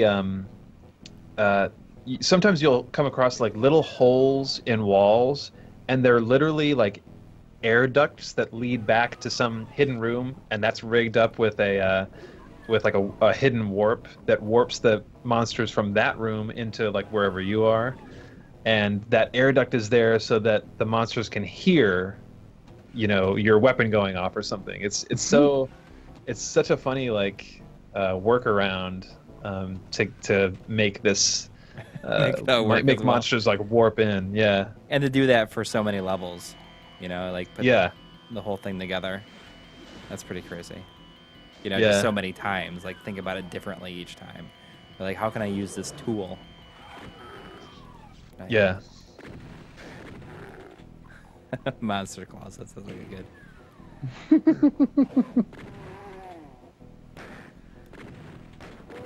And so the PC version has like, quick saves, right?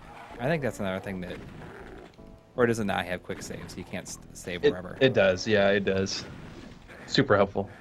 Yeah, so I could say, like, I Yeah. guess, That's more manageable, I guess. yeah. I So mean, I- in some ways, it feels like save scumming, but I mean, that's just how the game is designed. Yeah. I mean, there's no checkpoints or anything in this. Yeah. Well, levels. Yeah. I mean, I don't even know if it's like saving my game. I've got nothing on screen saying you want to save your game. Well, that's not typical for 16-bit generation, Yeah, though. well, this is a lot of. This is a real commitment to play through the whole game in one sitting. Does yeah. do 32X games save to the cart? I guess they must. Yeah, yeah. You know, it's interesting to me. You know, I've only been really into Genesis. You know, the past 2 years or so. I mean, it's interesting because I'm so used to 16-bit games mostly being, you know, longer, somewhat longer adventures with, you know, and they almost universally have a save feature, you know, on Super Nintendo. Not always, but the games that I played on Super Nintendo had save features, and it's just such a shock going to Genesis and discovering like kind of not that many games save on the Genesis. Huh. Or at least Yeah, it I seems guess that I way could to see me. that. I mean, the ones that needed to did. Yeah, but it's a much more arcadey experience overall, like intentionally, I feel.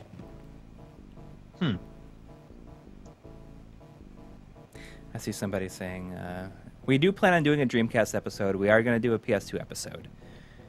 Saturn is luck- going to come before Dreamcast. Yeah. With luck, they'll be this year, but it's I guess it's hard to say. I mean, it's I mean, we can do a maximum It's June. of 12. Yeah, we can do a maximum of 12 RGB episodes a year. I mean, we try to do one a month. We just decided today that June is almost certainly not going to have an RGB episode unless we like can throw together the Too Many Games panel. By the way, we got Too Many Games panel. yeah, that's something I guess that It was not in. we did not get the email. They said that they in our sent it. announcement video. Right. Because we didn't know. We thought we didn't get one because we didn't get an email. Supposedly everyone was sent an email, but for some reason the internet ate ours, and and we literally didn't know we had a panel until we saw the preliminary schedule. Right. So if anyone is going to Too Many Games, unfortunately it might not be the most convenient time for you. It is.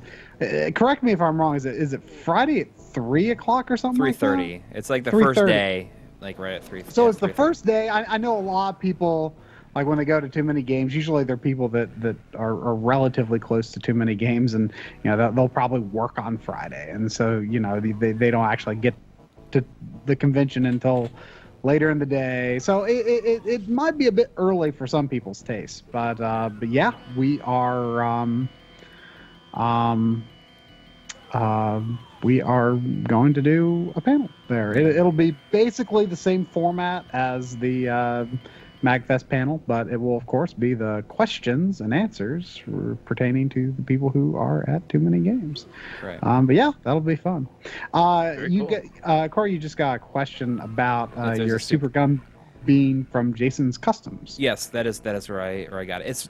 It's expensive, but the reason I did it is because I sold some games and got a lot more money for them than I was expecting.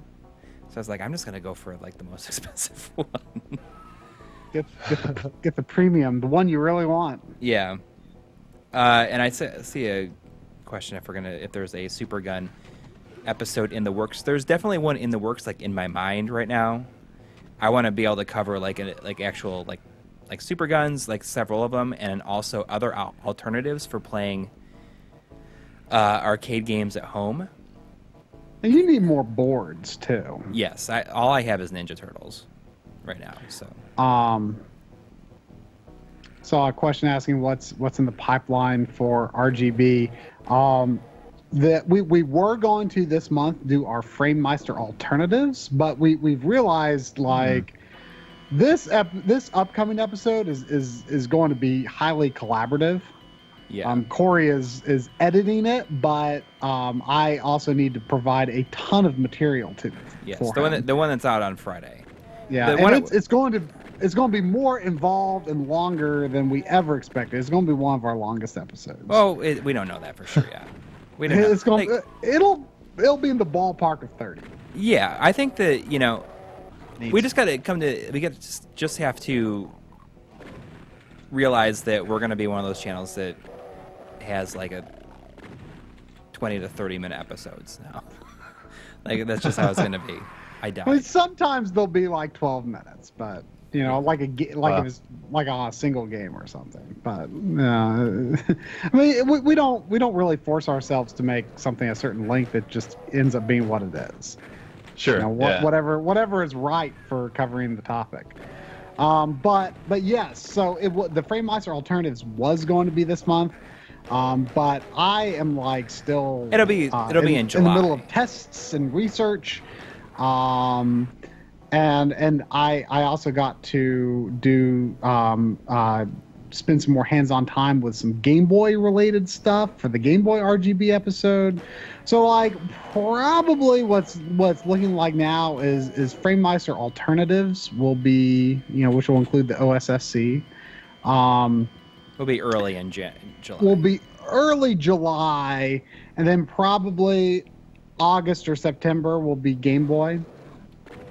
And Coury needs to do what's the next one in your pipeline for RGB? I forget. Well, I was going to do SCART switchers. I want to do that, but there's a lot of comments about geometry. Like a lot of people really want geometry. Yeah, you're a little scared of that episode. Yeah, I'm a little scared of it. I think that's putting it lightly. But it would be good just to have that done. That one's that's probably the most requested 300 level episode. Yes. Because people know we've been planning it for a while. Yeah, we've teased it in 2 different videos. Yeah. And one of those videos is over a year old now. You're like, yeah, we're going to do this when we get to an episode that's all about CRTs. I know, but then the CRT episode was so much, it's we can't fit that in here. Yeah. And you realize that to do it justice, it really did need to be its own topic. In my mind, I'm thinking, well, how long could that episode be? But we always surprise ourselves in that regard. Yeah, absolutely. So, Bam, do you have any more of the 3-part like you did with the Need for Speed? A 3-part kind of review things that you did, like the nostalgia, the review, and the other one? I really liked doing that format. It didn't get many hits, so it was kind of a thing maybe this will be a good pilot, and it wasn't that successful, but I do want to do that again. I just don't know exactly for what. But I've got several games that I want to tap into, several games that I've already recorded footage for, but it's just, for me, it's just kind of a matter of balancing work and play with this. I don't know how you guys do these really long episodes. The only reason we're able to do what we do is because there's 2 of us. Yeah. If it was just one, sure. We help each other. We were just talking about this yesterday or the day before about how if we were not a team, the channel would neither one of us would have the motivation or anything to continue on. And I think it's exercise accountability partner. Yeah. They always say you're more successful when you're doing it with someone else, and that's absolutely the case here, because it's if I was just letting myself down by not getting an episode out, that'd be one thing, but Yeah. You've got a partner in the business, and you got to get it done. Yeah. So what you guys and GameSack, just so much good content. And well, it's they're just they're huge inspiration for us. Yeah, they're great. So what other shows do you watch?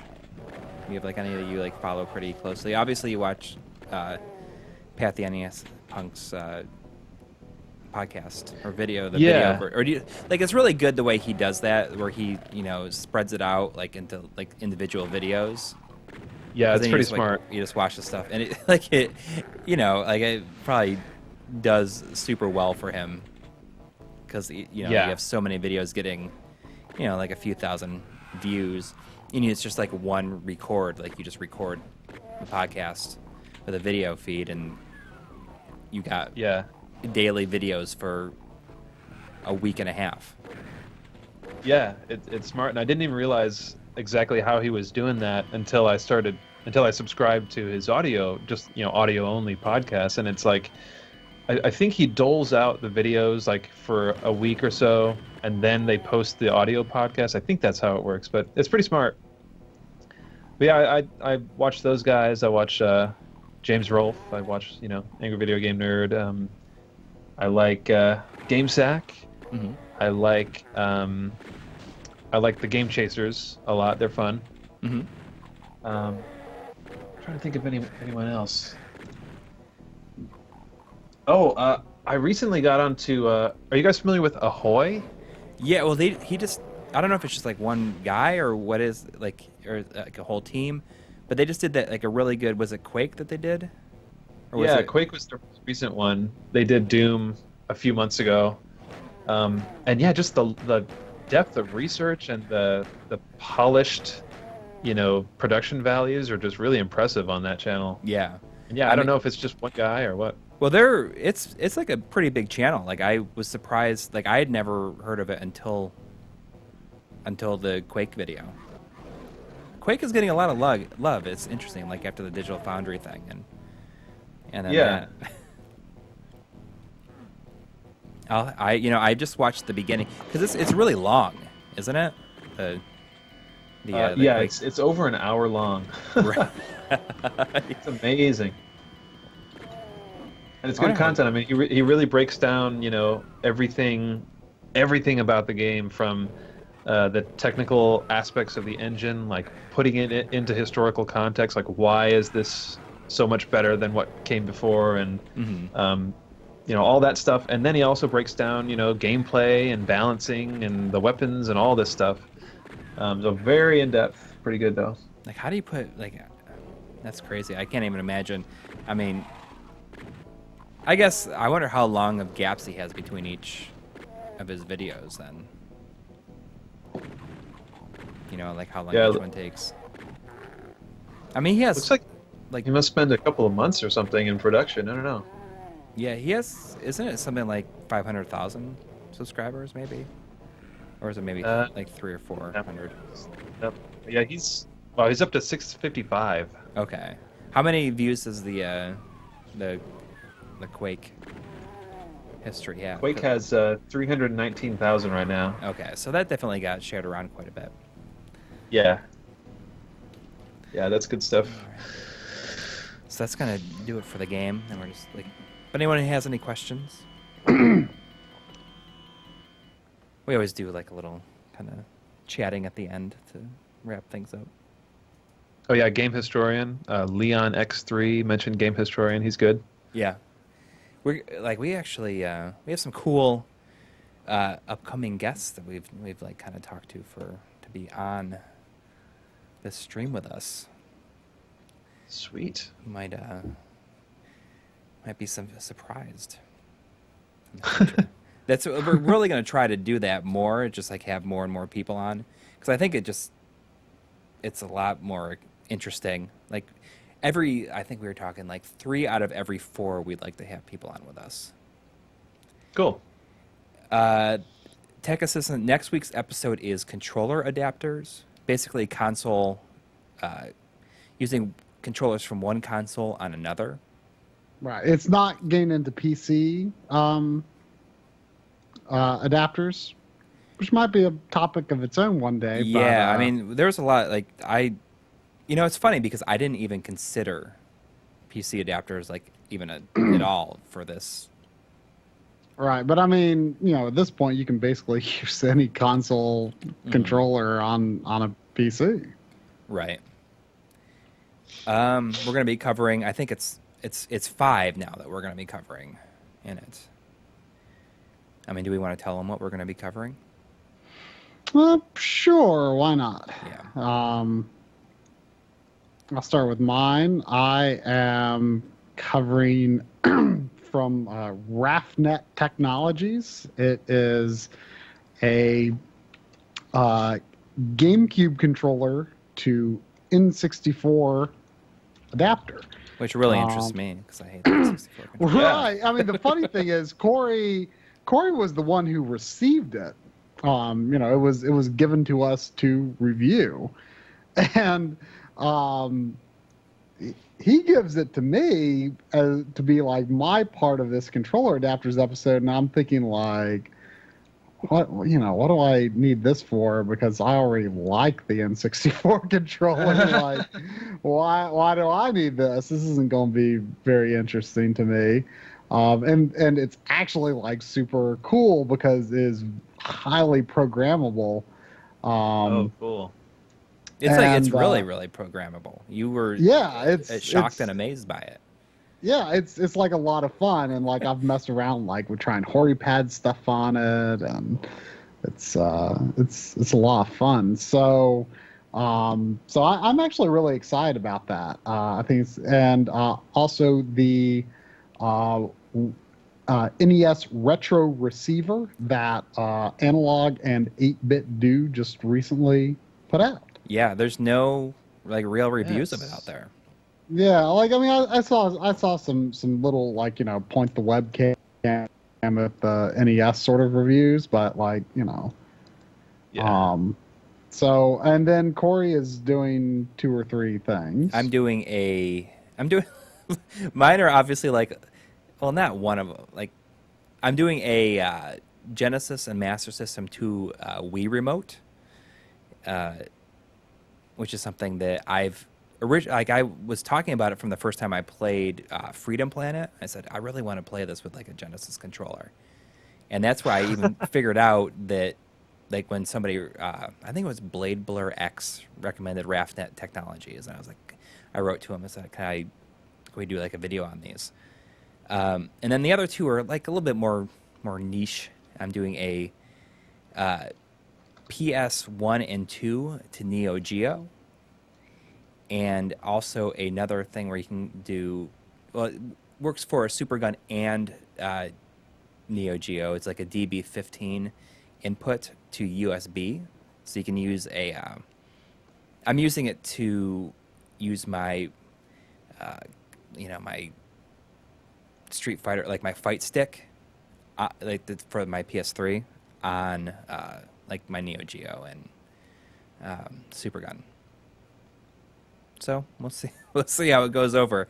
Hopefully people will think that it's interesting. We have no idea how the script ended up being like I think after you probably cut it down, it's probably like somewhere like 11 pages. Yeah, well, at first I thought, oh gosh, Coury's sections might be a little too long. And then, like, I started playing around with the N64 adapter and liked it a lot more than I expected to. Yeah, that sounds awesome. I love the GameCube controller. It's like one of my favorite all time. But yeah, that sounds like fun. You'll be surprised the kind of stuff you can do with it. It's neat. So yeah, it's gonna be fun. I think it's gonna be a unique looking episode too for us. I see. Josu Ramos is saying the DVI out for PC Engine adapter. Is that the one that who is it? Game Tech US just did a video on about it. Is it Game Tech? I always get Game Tech and Review Tech. Review Tech is the more just like the guy that just kind of talks, and Game Tech is the guy that does the modding. Game Tech did a video about it upscales like PC Engine, and plugs right into the back, and it does HDMI out, or DVI out in 720p, but it just works with like the TurboGrafx and PC Engine, and it's like $400, but it's it's plug and play. I mean, we'd like to cover it, but we don't have that kind of money really. But we'll see what happens when it comes time for the TurboGrafx and PC Engine episode. But it's like $368 or something. But Harold asks, "What about a video on the N64 RF adapter?" specifically, I don't know. You bought an N64 RF adapter just so we could show it in one shot. It was like $5 shipped. We just need to show it. I've actually got my upstairs N64 hooked up with it, and since I was just shooting N64 stuff for this episode, I thought maybe I should actually hook it up with the S-video cable, because like on my set the camera like is kind of close to the TV, so I thought it would kind of show up badly if it was RF. I'm probably going to keep the NES hooked up with its RF though. That's whatever. Most people hooked up with NES with RF back in the day. Oh, sorry. Go ahead. Oh, no. In the recent game setup episode, what is the base that Coury is used to put his arcade PC board on when playing on a Super Gun? I just set it right on top of the IKEA thing. Actually, I used to have a bunch of stuff on top there, and I cleared it all off because of when I was getting... when I knew I was getting the Super Gun. I was like, I needed kind of a flat space that would not conduct any kind of static electricity. Any kind of guilty pleasures? Bam, you have any guilty pleasures? I'm sure I do. In terms of gaming, let's see. I don't know. I was thinking about starting a series that was basically pointing out terrible bugs in games that everyone loves, like and make it call it something like this game is terrible and I love it, something like that. Because I'm just noticing so many of the old games that I love, just have these little quirks that make it, not technically perfect, but it's just perfect in a way, in a nostalgic way. We were going to do, when we did the keep on out as a games that are generally, we didn't know how to word it, but games that are generally disliked that we like. Yeah. Like Final Fantasy 13. Final Fantasy 13. We both like Final Fantasy 13. Whatever. I mean, even Resident Evil 6, I guess that could be considered a guilty pleasure of sorts. Yes, it's not what Resident Evil quote unquote should be, but it at the end of the day, I still find it to be an entertaining video game. It's still a fun game to play. So I guess I could think of that as a guilty pleasure of sorts. It's so weird. I don't even think of things as guilty pleasures so much. I just when I'm just talking to people about video games, I'm not I'm not embarrassed to talk about liking this game or not liking another game. It's just we like what we like. Right. Yeah. Yeah. Like what I like and don't like what I don't like. What can I say? Of course, I'm always trying to understand, why is this game the way it is? Why, if I don't like it, I'm always trying to go into it with the open-minded perspective of what's the right mindset to appreciate this game, and sometimes I can make it click, and sometimes maybe not. Yeah, one recently for me was Rise: Son of Rome on the Xbox. Oh yeah, it's a good game. And I did a video on that. It was a really early video. It's one of our, it's my least favorite video I've ever done. Is it our least viewed video? No.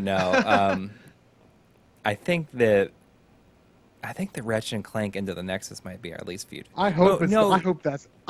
The I'm least pretty viewed sure that video, Rise 'cause I has hate more that. views than Ratchet and Clank now. For a long time, it was the least viewed video. That's so funny. Yeah, I'm just thinking like, to me, that's one of those games that mechanically pretty basic. Mhm. It's pretty repetitive, but it's gorgeous and it's just so like good the looking. Yeah. spectacle.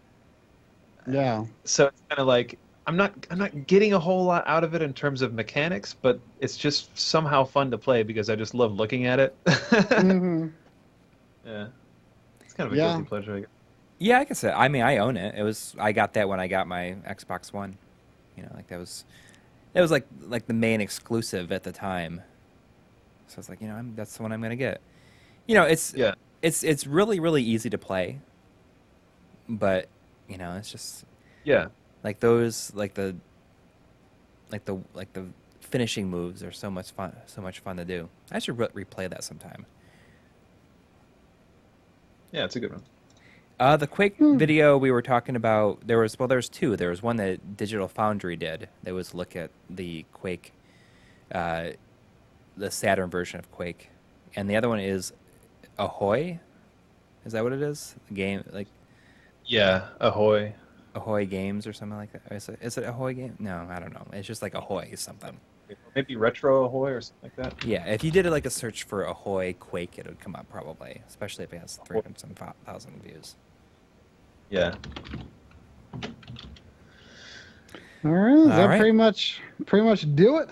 Yeah, I think that's gonna do it. Bam, thank you so much for joining us. Oh, thank you guys. Yeah, it's been a lot of fun. And everybody in the chat should go subscribe to Dome Candy Games. Like, I noticed it came up as two different things. I saw it show up as Dome Candy Games, but also Bam Nation.